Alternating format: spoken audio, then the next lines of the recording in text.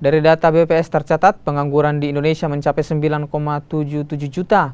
Di tahun 2020 lalu, jumlah ini bertambah sekitar 2,6 juta. Data BPS juga mencatat secara nasional sebanyak 29,2 juta angkatan kerja terdampak pandemi COVID-19. Tidak hanya pengangguran, penduduk usia kerja lainnya merasakan sulitnya memperoleh pekerjaan. Pemerintah berupaya membangkitkan perekonomian di tahun 2021 ini. Salah satu fokus utamanya adalah pemulihan di sektor kesehatan melalui program vaksinasi. Data BPS Agustus 2020, angka pengangguran terbuka kita naik. Padahal 5 tahun sudah diupayakan dengan segala cara dan alhamdulillah atas sinergi kolaborasi dari semua pihak, tingkat pengangguran terbuka kita tidak bisa tekan demikian rupa.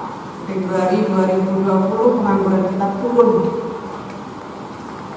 menjadi 6,8 juta. Ini suatu perjalanan sukses, kita bisa menekan angka pengangguran kita. Tapi begitu kita kena COVID di Maret 2020 dan sampai sekarang, maka kita bisa lihat data BPS per Agustus 2020, pengangguran kita menjadi 9,77 juta.